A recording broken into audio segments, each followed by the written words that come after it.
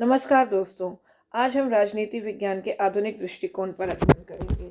अर्थात राजनीति विज्ञान के आधुनिक विद्वानों ने किस प्रकार से राजनीति विज्ञान को राज्य व सरकार की औपचारिक रचना व कार्यप्रणाली पर बल देते हुए ये कहा है कि ये अध्ययन अपने आप में पूर्ण नहीं है।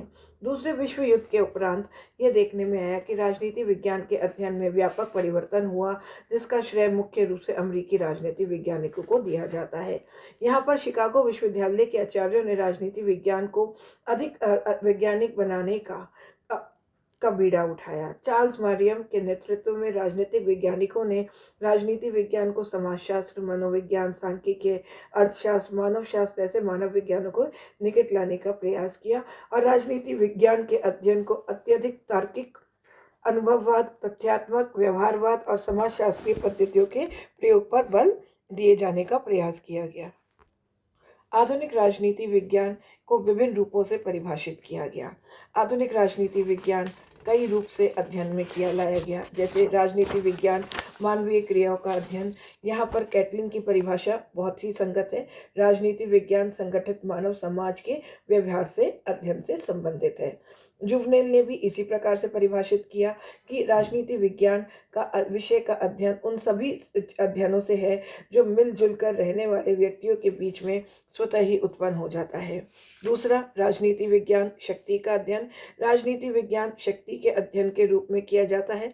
Charles Merriam, Lasswell, Catlin, Max Weber, Morgenthau आदि के अनुसार शक्ति ही एक ऐसी बुनियादी अवधारणा है जो राजनीति विज्ञान के समस्त घटकों को एक सूत्र में पिरोकर सिद्धांत निर्माण की ओर अग्रसर करती है। लासवेल ने बहुत ही खुले शब्दों में कहा, संपूर्ण राजनीतिक प्रक्रिया शक्ति के वितरण, प्रयोग व प्रभावक का अध्ययन है। कैटलिन ने तो राजनीति विज्ञान को सिर्फ और सिर्फ शक्ति का विज्ञान कहा। आधुनिक राजनीति विज्ञान में एक स्वरूप हमें और दिखाई देता है, वह है राजनीतिक व्यवस्था का अध्ययन। डेविड ईस्टन और आर्मिन जैसे आधुनिक राजनीतिक विचारकों ने राजनीति विज्ञान को राजनीतिक व्यवस्था का अध्ययन माना है। राजनीतिक व्यवस्था की अवधारणा राज्य सरकार और संविधान की अवधारणा से अत्यधिक व्यापक है और इसके अंतर्गत राज्य व सरकार के सभी औपचारिक व अनौपचारिक तत्वों का अध्ययन पर बल दिया जाता है। आधुनिक राजनीति विज्ञान की परिभाषाओं में, जैसे हमने बात करी, मानव के व्यवहार का अध्ययन, शक्ति का अध्ययन, राजनीतिक व्यवस्था का अध्ययन, उसी प्रकार एक अन्य इम्पोर्टेंट पार्ट है, अन्य महत्वपूर्ण विकल्प अध्ययन है, वह है राजनीति विज्ञान नीति निर्णय प्रक्रिया का अध्ययन।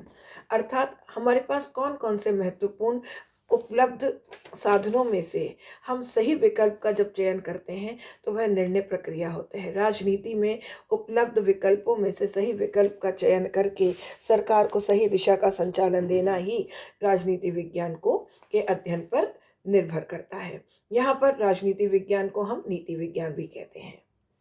धन्यवाद।